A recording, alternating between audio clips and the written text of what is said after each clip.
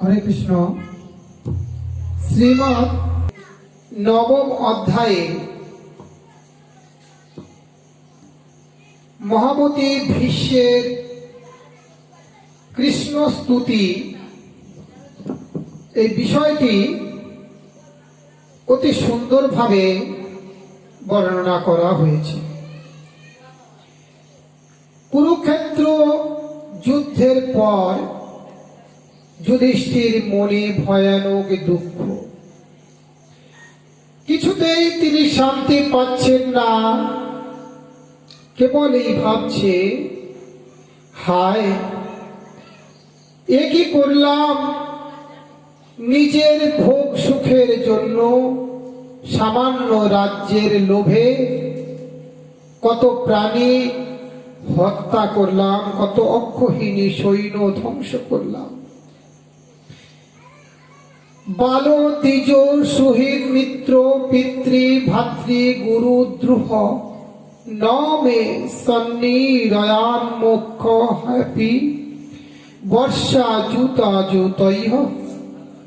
কত বালক ব্রাহ্মণ, আত্মীয় স্বজন, বন্ধু বান্ধব, ভাই, এমনকি গুরুদেব পর্যন্ত এই কুরুক্ষেত্র যুদ্ধে বধ করেছি। অনন্তকাল ধরে নরক যন্ত্রণায় ভোগ করলেও আমার নিস্তার নেই। আমার ওই রাজ্য লোভের জন্য, আমার ওই অজ্ঞতার জন্য এই মহা অনর্থ ঘটেছে। যুধিষ্ঠিরের এই বিষাদ দেখে ভগবান ব্যাকুল। শ্রীকৃষ্ণ এবং ত্রিকালদর্শী ঋষিরা পুরাতন ইতিহাস ও ধর্মশাস্ত্র বিচার করে যুধিষ্ঠিরকে বোঝানোর চেষ্টা করছেন, ন্যায় যুদ্ধে শত্রুবধ করলে কোনো পাপ হয় না।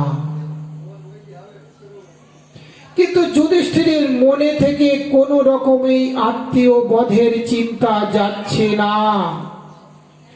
তিনি বললেন, আপনারা বলছেন বটে ধর্মযুদ্ধে প্রাণীবধ দোষের নয়, কিন্তু রাজধর্মের বিরুদ্ধ নয়, কিন্তু এ কথা তো আমার মনে প্রবোধ মানছে না।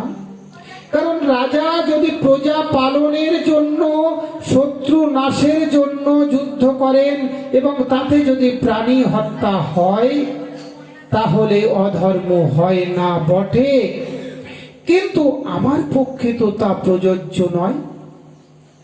আমি রাজ্য লাভে যুদ্ধ করে রাজ্য লোভে যুদ্ধ করে প্রাণীবধ করেছি।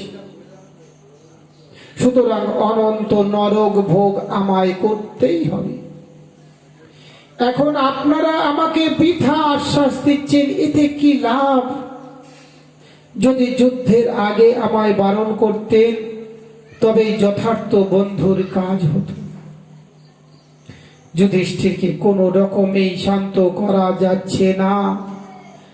দেখে ঠিক হলো যে সর্বশাস্ত্রজ্ঞ তত্ত্ববিদ মহামতি ভীষ্ম তো এখনো সরসজ্জায় প্রাণ ধারণ করে রয়েছে। তার কাছে গিয়ে ধর্মের গুড়ো তথ্য শুনলে সকলের সব আনন্দ দূর হবে, সব সন্দেহ দূর হবে। শ্রীকৃষ্ণ এই প্রস্তাবে সম্মতি দিয়ে বললেন, চলুন আমরা সকলে মিলেই তার কাছে যাই। তো আজ সেই আমরা সবাই শ্রীকৃষ্ণ, পঞ্চ পাণ্ডব, মহামতি যুধিষ্ঠির, ধর্মপুত্র যুধিষ্ঠির সহ আমি শ্রী রবীন কুমার মণ্ডল এবং গোবরামারি তেঁতুলবেড়িয়া গ্রামের সমস্ত কৃষ্ণ অনুরাগী ভক্ত মণ্ডলী, যারা ইহকাল থেকে মুক্তি পেয়ে স্বর্গে ভগবান শ্রীকৃষ্ণের পাদপদ্মে যাওয়ার মনে বাসনা করেন, আমরা সবাই মিলে চলুন সেই কুরুক্ষেত্রের মাঠে, যেখানে মহামতি ভীষ্মদেব শায়িত রয়েছেন তার কাছে, এবং আমাদের সঙ্গে ভগবান শ্রীকৃষ্ণ রয়েছেন। ইতি ভীত প্রজাদ্রোহং সর্বধর্ম বিবুৎসয়া তত পিন সনায়ন প্রগাদ যত্র দেব বত্র হতপত্র। সুত বললেন, এভাবে সকলেই আলোচনা করে যুদ্ধে বহু লোকের মৃত্যুজনিত পাপের ভয়ে ভীত হয়ে মহারাজ যুধিষ্ঠির সকল ধর্ম অর্থাৎ রাজধর্ম, দান ধর্ম, মোক্ষ ধর্ম, শ্রী ধর্ম প্রভৃতি সমস্ত ধর্মের বিষয়ে জানবার জন্য ভীষ্ম যেখানে সরসজ্জায় শায়িত ছিলেন সেই কুরুক্ষেত্রে গিয়ে উপস্থিত হলেন। প্রশ্ন করা যেতে পারে যে শ্রীকৃষ্ণের মতো বাগ্মী, তার মতো বুদ্ধিমান, তখনকার সময়ের তার মতো ধর্মজ্ঞ দ্বিতীয় কেউ ছিল না। শ্রীকৃষ্ণ তখন এই পুরুষোত্তম বলে পরিচিত ছিলেন। তাছাড়া যুধিষ্ঠির আদি ভক্তেরা তাকে সাক্ষাৎ ভগবান বলেই জানতেন। সেই শ্রীকৃষ্ণ যার নামে ভব ভয় পর্যন্ত দূর হয়ে যায়, সেই তিনি স্বয়ং যুধিষ্ঠিরকে উপদেশ দিলেন, কিন্তু তবুও যুধিষ্ঠিরের নরক ভয় দূর হলো না।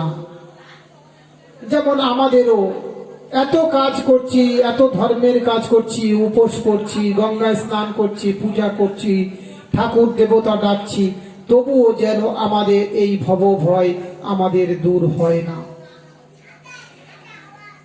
তার জন্য সকলেই মিলে ভীষ্মদেবের কাছে গেলেন ধর্মের তত্ত্ব জানবার জন্য। এটা খুব আশ্চর্য মনে মনে হলেও শ্রীকৃষ্ণের কথায় যার সংশয় দূর হয় না, তার সংশয় দূর হবে ভীষ্মের উপদেশে। আরো আশ্চর্য, শ্রীকৃষ্ণ নিজেই যুধিষ্ঠিরের সঙ্গে ভীষ্মের কাছে যেতে চাইলেন। আসল কথা হলো যে আর কেউ না জানুক, আর কেউ বা জানুক, শ্রীকৃষ্ণ তো জানেন যে ভীষ্মই হচ্ছে তার একান্ত ভক্ত। দৃষ্টা নিপতিতং ভৌমো দিবশ্চ্যুতো মিবামরতম পুনেমু পাণ্ডবা ভীষ্মাং সানুগা সহ চক্রীনা। পাণ্ডবরা অনুচর বৃন্দের সাথে শ্রীকৃষ্ণের সঙ্গে ভীষ্মের কাছে গেলেন। ভীষ্ম তখন স্বর্গচ্যুত দেবতার মতো সরসজ্জায় শায়িত। তারা তখন সকলেই ভীষ্মকে প্রণাম করলেন। বাহ্য ব্যবহারে শ্রীকৃষ্ণ হচ্ছেন যুধিষ্ঠিরের পিস্তত ভাই, তাই শ্রীকৃষ্ণ জগৎ পূজ্য ভীষ্মদেবের ইষ্ট দেবতা হয়েও নরলীলার অনুকরণে ভীষ্মকে প্রণাম করলেন। কৃষ্ণঞ্চ তত প্রভাবজ্ঞ আসীনং জগদীশ্বরং হৃদস্থ পূজয়ামাস মায়ায়োপাত্ত বিগ্রহম। ভীষ্ম শ্রীকৃষ্ণের মাহাত্ম্য ভালোভাবেই জানতেন। সেই কৃষ্ণ যাকে ভীষ্ম সদা সর্বদাই হৃদয়ে চিন্তা করে,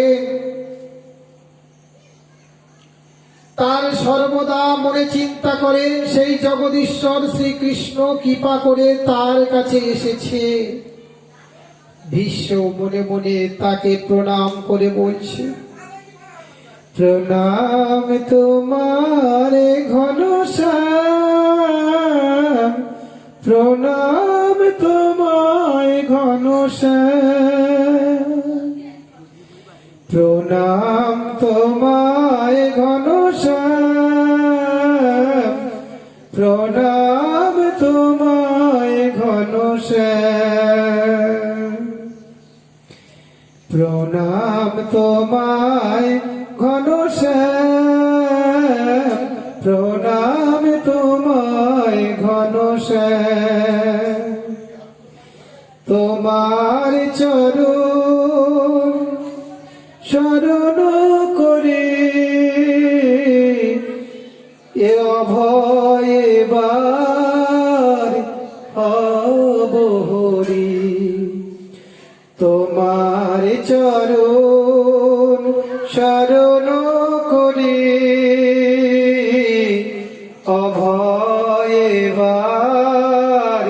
হব হরি। দুঃখ সাগর যাব তরি, দুঃখ সাগর যাব তরি, যদি করি তোমার নাম। প্রণাম তোমায় ঘনশ্যাম, প্রণাম তোমায় ঘনশ্যাম, প্রণাম তোমায় ঘনশ্যাম। বিশ্বের আজ আনন্দের সীমা নেই, যাকে ধ্যান করে দর্শন পাওয়া যায় না, সেই তিনি আজ পরম করুণাময় মূর্তিতে বিশ্বের নয়ন সম্মুখে উপস্থিত হয়েছে। যদিও বাহ্য ব্যবহারে পারিবারিক সম্পর্কে বিশ্বই কৃষ্ণের চেয়েও বড় প্রণম্য, তবুও ভীষ্ম মনে মনে কৃষ্ণকে প্রণাম করলে।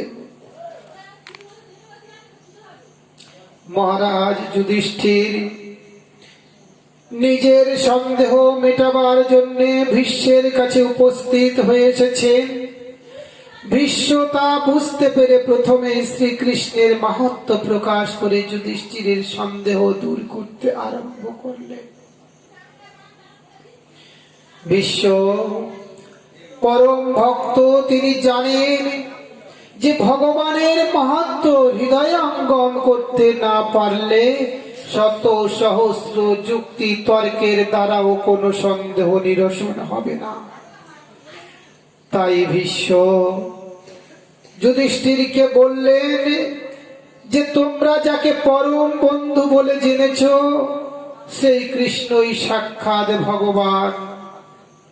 তিনি কি জন্য কখন কি করেন তা মনুষ্য বুদ্ধির অগোচর। সুতরাং তার কাছে অভিপ্রায়ের জন্য তোমরা এত কষ্ট পাচ্ছ, তা কে বলবে? জীব সুখ দুঃখ ভোগ করে থাকে, কিন্তু কেন যে জীবের সুখ দুঃখ হচ্ছে তা বুঝবার কিংবা বিচার করার ক্ষমতা তাদের নেই।